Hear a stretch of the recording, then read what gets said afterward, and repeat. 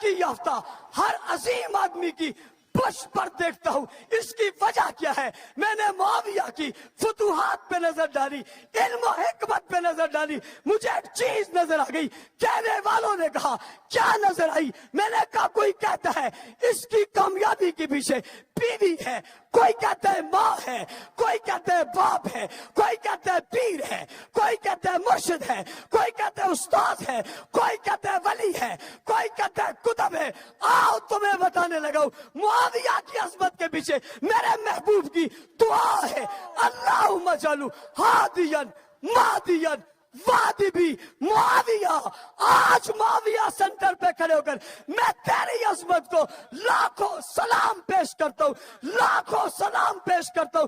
تیرے پیچھے, تیری اڑان کے پیچھے, تیری ترقی کے پیچھے, تیرے عروج کے پیچھے, تیری حکمت کے پیچھے, تیری تنائی کے پیچھے مجھے نظر آئی ہے, محبوب کی دعا نظر آئی ہے. وقال النبی صلی اللہ علیہ وسلم اللہم اجعلہ ہادیا مہدیا واہدی بی. صدق اللہ العظیم. میں سب سے پہلے آپ تمام دوستوں کو, کراچی ڈویژن کے تمام ذمہ داران کو اور ٹاؤنوں اور ضلعوں کے ذمہ داروں کو شاباش دیتا ہوں, جنہوں نے ان مصروفیات کے دنوں میں بھی آج کے اس عظیم الشان جلوس کو کامیاب کرنے کے لیے بھرپور محنت کی.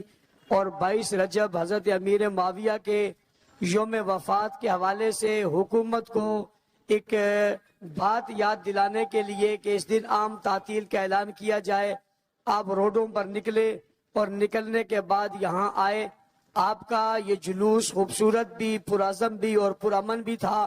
پورے راستے میں صرف اسی عنوان پہ نعرے لگتے رہے, نہ کسی خلاف بات ہوئی, نہ کسی اور کی حمایت میں بات ہوئی, صرف ایک ہی بات ہوتی رہی, اور وہ بات حضرت امیر معاویہ رضی اللہ تعالیٰ عنہ کی ہوتی رہی. میری جماعت کو یہ اعزاز حاصل ہے کہ جس مقصد کے لیے نکلتے ہیں وہی بات کرتے ہیں.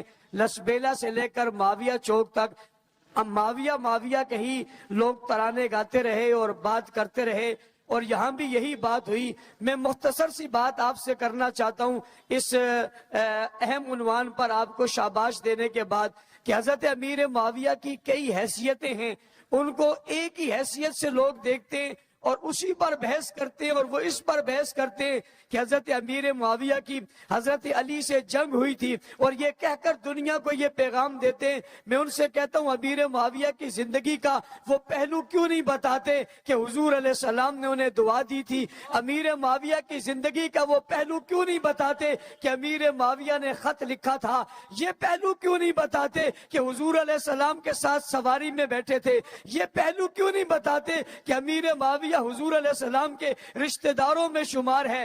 یہ پہلو کیوں نہیں بتاتے کہ ایک سردار کا بیٹا کس طرح نبی علیہ السلام کا خادم بن گیا تھا؟ یہ پہلو کیوں نہیں بتاتے کہ حضور علیہ السلام کے پاس بیٹھ کر اس کا قلم کیسے چلتا تھا؟ یہ پہلو کیوں نہیں بتاتے کہ حضور علیہ السلام معاویہ پر اعتماد کتنا کرتے تھے؟ یہ پہلو کیوں نہیں بتاتے کہ ایمان لانے کے بعد حضور نے معاویہ کو اپنے پاس ہی بٹھا لیا تھا؟ یہ پہلو کیوں نہیں بتاتے کہ حضور نے اس سے محبت کا اظہار کیسے کیا تھا؟ یہ پہلو کیوں نہیں بتاتے کہ امیر معاویہ کی بہن نے جب محبت کی بات کی تو حضور نے کہا تھا اس سے تو نبی اور اللہ بھی پیار کرتے ہیں؟ یہ بات کیوں نہیں بتاتے کہ حضرت امیر معاویہ نے اپنے ہاتھوں سے قرآن لکھا تھا؟ یہ کیوں نہیں بتاتے کہ یہ صحابی رسول ہے؟ یہ کیوں نہیں بتاتے کہ یہ کاتب رسول ہے؟ یہ کیوں نہیں بتاتے کہ یہ کاتب وحی ہے؟ ارے بابا یہ کیوں نہیں بتاتے ہو کہ یہ خادم رسول ہے جس نے رسول کو وضو کروایا ہے؟ یہ کیوں نہیں بتاتے کہ یہ نبی کی خدمت کرتا تھا؟